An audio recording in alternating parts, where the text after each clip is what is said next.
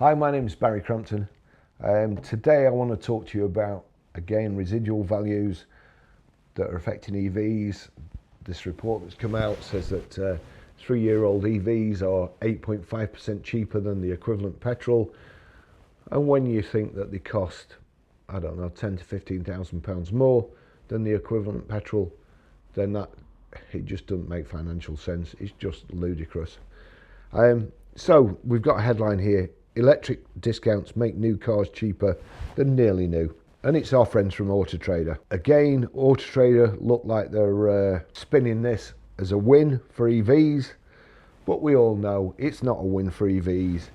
It's a massive loss for the motor trade, for anybody who's bought one, and for the manufacturers, just the whole business. And not forgetting, it's a massive downer for ICE cars too, because if you can get, I've just worked out, I've just had a customer in who wants to sell a CX-30, and I looked at the price of the CX-30, and then I looked at the price of the MX-30s, and there's MX-30s here that have been registered from brand new.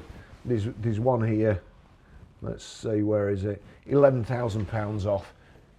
It's done 100 miles, there's £11,000 off. It's a 2023 on the 73, and it was registered on the 22nd of the 12th, 2023. So why would you buy a petrol or a plug-in hybrid, which I think that one was? Why would you buy that when you can actually get a 100-mile car? This other one had done 12,000 miles. There's a 100-mile car cheaper than suggested retail price for a PHEV. Doesn't make sense. Manufacturers are raising discount levels to fleets to encourage uptake of electric vehicles after a strong push in September saw full electric take its largest ever share of registrations at 20.5. So what they're saying there is they bought registrations. They bought registrations by discounting vehicles at the expense of, they would probably have bought ICE cars where the dealer and the manufacturer would have made money, but no. They prefer to blow money and sell them an EV. Again, doesn't make financial sense to me, but with year-to-date electric sales close to 18%, the ZEV mandate target of 22% is looming into view. However, the proportions across individual manufacturers may vary significantly. Speaking to Fleet News on the third quarterly market insight, Auto Trader Head of Strategy and Insights Mark Palmer said, "There are some slight upticks in demand over the last month or so that's been driven largely by manufacturer discounting behaviour. They've really weighed in with some big discounts this year." That is not a good thing. How anybody can think that is a good thing, I just don't know. It's not a good thing. The only thing that, well, it's not a good thing. They are also using more push activity that we've not seen in the car market probably since pre-pandemic. Pre-registration is putting more nearly new cars into the market, and you've now got an issue where retailers have got nearly new stock, which they took on pre-registration, which is a bit more expensive than the new cars that they're being asked to sell. So what does that do? You're not going to sell a 12-month-old vehicle for the same price or more than you can sell a brand new one. It's ridiculous. This takes me back to a story years ago. We were selling Opels, and they brought out a special model. It's called a Christmas special, and they were all red with kind of reddy interior. Opels were great cars. You didn't have any problems with them. You could largely sell as many as you could get. So there was no discounts. Everybody was happy. Dealers were happy. Customers were happy because when they came back, we give them a good price. No problems at all. However, this Christmas special, it soon became dated because it was a Christmas special. And I think we got to, it was probably July with August looming. August was the new registration, August the 1st. That's the day when we'd been selling cars for 2 months and they were going to pick them up on August the 1st. So in July, in order to get the registrations up, because nobody used to register cars in July, and they have a chance to increase the penetration, like here in December, when EVs went up to 30%. They didn't. It just, the market was shit. You register a few more cars and it looks like you've got 30% of the market when you've sold 10 cars. Forget about those percentages. Unless they report in numbers, it's bullshit. Forget about it. So anyway, this is a story about the manufacturers and what they do to you and how they shaft you, how they've shafted people with EVs. They never change, absolutely never change. So we've got all these Christmas specials lying around. Oz only comes on to us, and I think it was £700, a £700 registration bonus. But on the QT, and this is Oz only.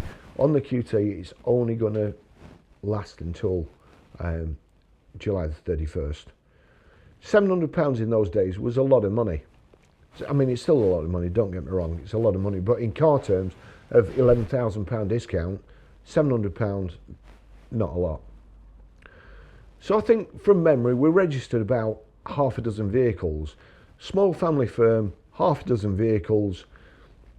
So they're going to be, on August the 1st, they're going to be the old registration, going to be last year's registration. It's different December, because December, the New Year's EV cars that I call the New Year's Eves, they, a few hours later, are technically a year old. July's bad enough because then it was more keep up with the Joneses or be ahead of the Joneses with a new registration number. So we've got 6 Opel, I think there's Opel Ascona, Opel Record, of these Christmas specials. But we were getting £700 registration bonus. We left it till probably July the 31st. July the 31st, Muggins here had to go to the tax office with all the V55s. You couldn't register online. The tax office was next to the prison in Preston. On July the 31st, you had to go 9 o'clock in the morning and start queuing. Now, sometimes by 4:30, the queue was right the way. First of all, it'd go inside, right the way around like a snake, and then you'd be queued right outside to the car park.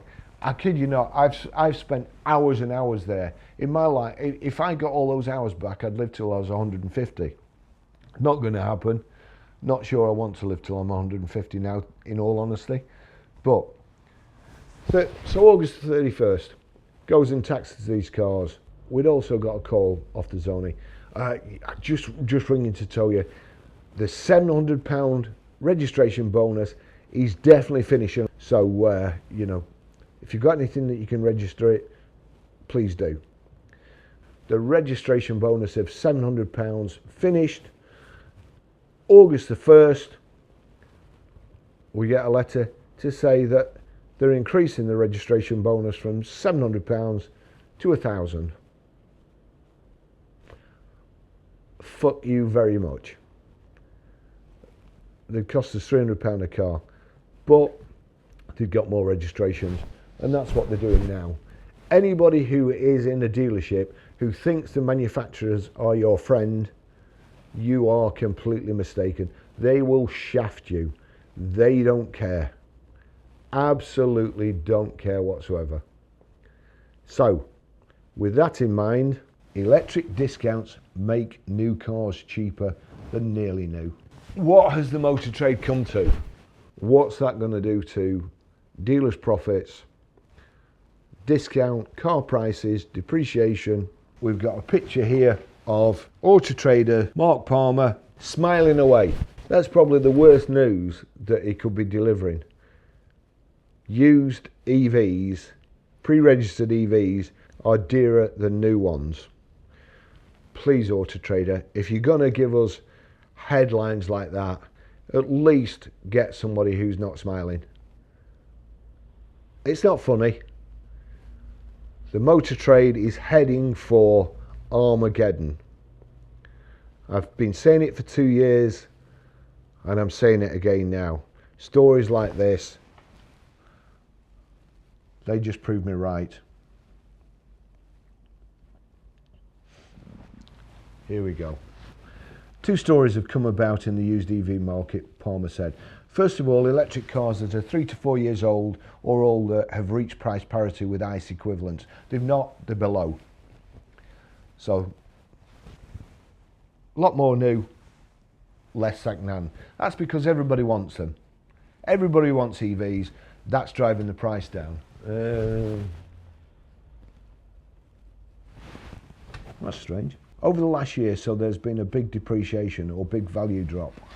As we've seen over the past couple of years, these EVs are now selling quickly.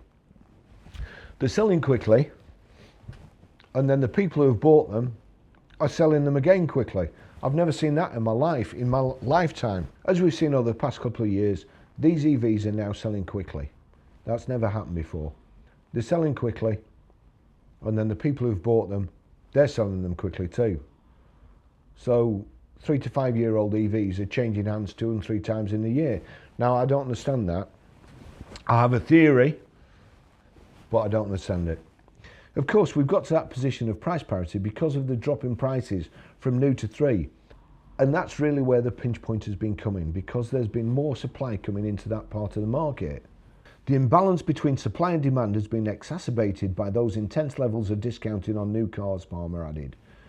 For the consumer, the new car is actually cheaper than that nearly new car, and that's putting more pressure on the prices and values of those nearly new cars, which then has a ripple effect through that cohort, he said.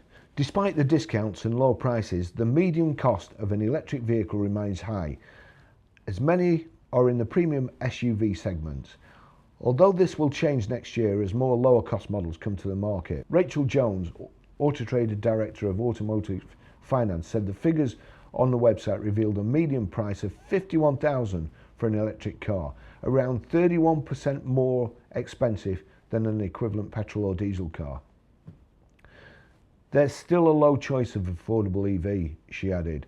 There are only 16 vehicles under £30,000 to choose from, with thousands of pounds off. These delivery mileage ones, 2024, 74 registered at 20 grand. You know, there's thousands and thousands, there's a third off them. Why don't you look on Auto Trader? Here's an idea, Rachel. Look on Auto Trader. Only 16 vehicles under 30,000 to choose from. However, she pointed to a glimmer of hope in the new battery electric vehicle market. We have seen demand rising in the new car market, especially in September, and we feel that is sustainable growth. We're investing heavily in the new car space in terms of advertising to generate interest and engagement in new cars, as are many brands as well. There are some great offers to be had to maintain that demand in the new car market. All the headlines about the increase in EVs is due to massive discounting. That massive discounting has a knock-on effect to depreciation. It has a knock-on effect to ICE cars. It's devalued ICE cars. It has a knock-on effect to all the car dealers. All the car dealers are reporting turnover up, profits down. How does that happen? How does turnover go up and a local garage, a 2 million profit last year to a 900,000 loss this year, having sold more vehicles? How does that happen? You're losing money on the vehicles you sell. It's distress selling. It's EVs. Make as many excuses as you want. It's EVs. I hope that clarifies things. I'm sitting here and I can't believe it. I really can't believe it. It's the perfect storm, and it's going to kill a lot of the players in the motor trade. It's going to destroy car values. People are going to be buying cars that are going to go wrong more and cost more to service, cost more to fill up if you have to fast charge, depreciate faster. The only benefit is that you can charge from home, and they're cheap to charge from home at this moment in time. When everybody's got electric vehicles, you will see that electric prices will go up.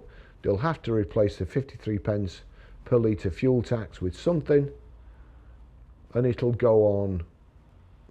Perhaps there won't be a road tax in future. Perhaps it'll just be how many miles you do, but it will go up. Turkey's voting for Christmas. That's the EV shills. Thanks for watching. See you in the next video. Bye bye.